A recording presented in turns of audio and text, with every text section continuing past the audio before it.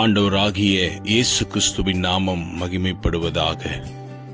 இந்த நாளுக்கான தேவனுடைய வார்த்தை, கண்ணீரோடு விதைக்கிறவர்கள் கம்பீரத்தோடு அறுப்பார்கள்.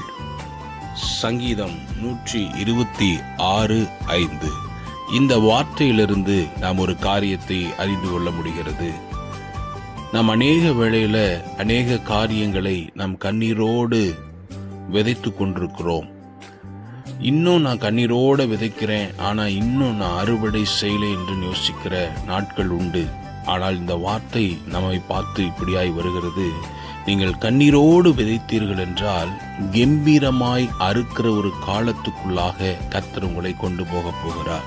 நீங்கள் கம்பீரத்தோடு சந்தோஷத்தோடு அறுக்கிற ஒரு காலத்தில் இருக்கிறீர்கள். சோர்ந்து போகாதிருங்கள். இந்த வார்த்தையின்படி கர்த்தர் உங்களை ஆசீர்வதிப்பாராக. ஆமென்.